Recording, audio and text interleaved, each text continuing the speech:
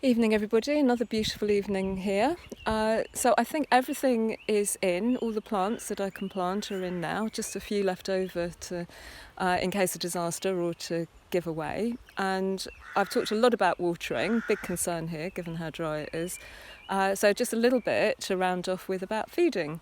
And in an earlier broadcast I made my first batch of Nettle Tea and shoved it under the hedge. And here it is.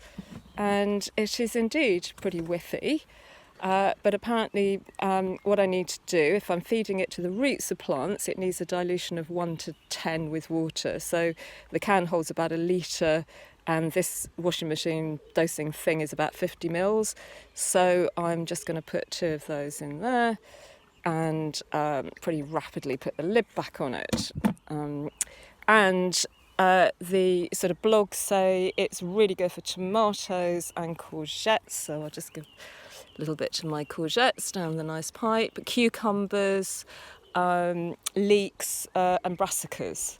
But the things that don't like it as much, and I can't say I'm quite sure why, are peas and beans and potatoes and onions and root crops.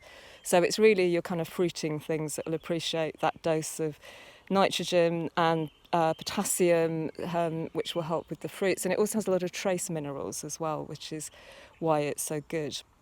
So I think the idea is every 2 to 3 weeks, that kind of feed. And if you want to use it as a foliar feed, so sprinkle it onto the leaves, it's a 1 in 20 dilution. So we'll see how that goes. So I think I've probably covered just about all the things I can about establishing the patch.